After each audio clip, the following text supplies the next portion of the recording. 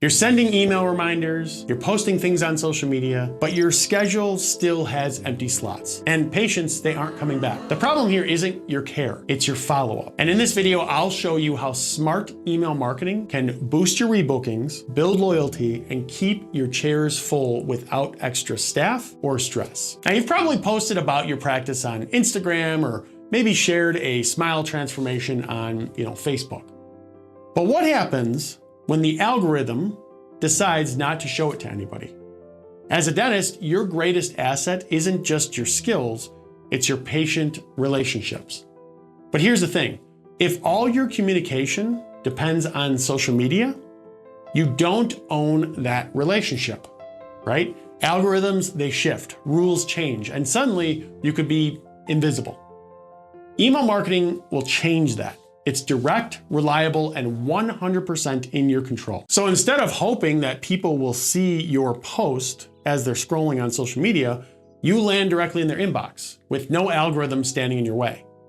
And when this is done right, email really drives way more engagement, appointment bookings, and patient loyalty than any social media post. So if you're looking to keep your patients coming back or to encourage, new referrals, or to simply build trust with them, email isn't just helpful, it's essential. And don't worry, you don't need to be super tech savvy to make this stuff work either. So let's talk a little bit about the tools that make email marketing easy for dentists like you. So first, you'll need an email marketing platform. Now, over the last 10 years in this industry, I've tested just about every one of them. MailChimp, ConvertKit, Beehive, ActiveCampaign, the list goes on. I've tested so many. But the one that I keep coming back to and recommending for everyone is Brevo. Brevo is affordable, intuitive, and gives you everything that you need to manage and grow your email list without overwhelming you. You can schedule patient reminders, share educational content, and even automate check-in emails after cleanings or procedures. Now, if you want to try it out, I do have some good news here. You could do so absolutely for free by clicking right up here, or signing up in the link below in the description. And to help you out, I also have created a full review/tutorial that I'll link to in the description as well to make using Brevo as easy as possible. Now, once you've got Brevo, you need a simple way for patients to sign up for updates.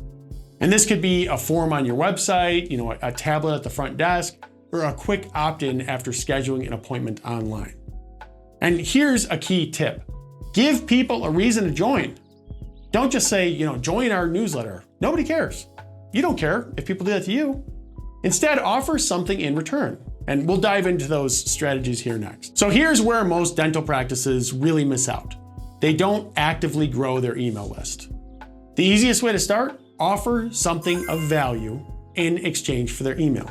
Think of something like a free, teeth whitening consultation, an oral hygiene guide, or a discount on their next cleaning. It's simple, but it's effective. Place this offer on your website, in-office signage, or digital forms. And definitely link it on all your social media pages or your Google business listing as well. Make it easy to find. It's all about the law of reciprocity. When you give something of value to other people, people are far more likely to give you their email in return. And they actually feel good about it too. You can also promote your list during check-ins and post-appointment chats as well.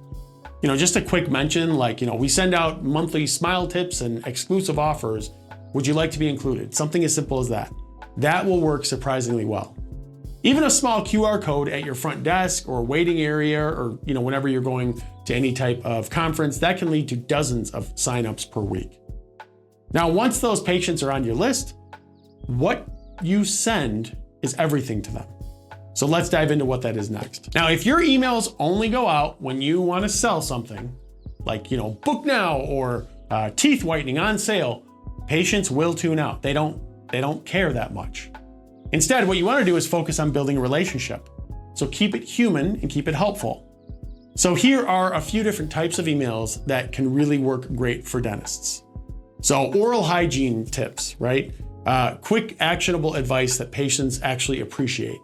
Behind the scenes, so introduce staff, showcase your equipment, or share fun office moments.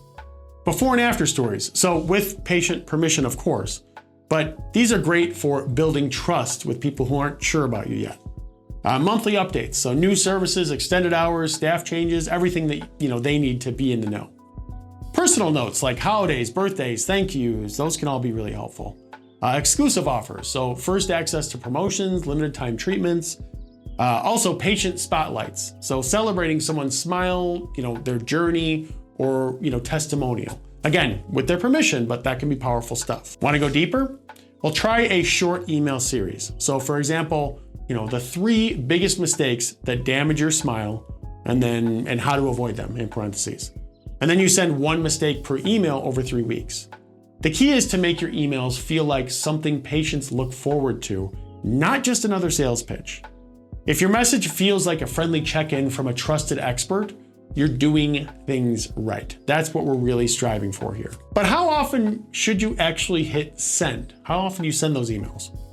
Here's the rule. You want to be consistent, but not constant.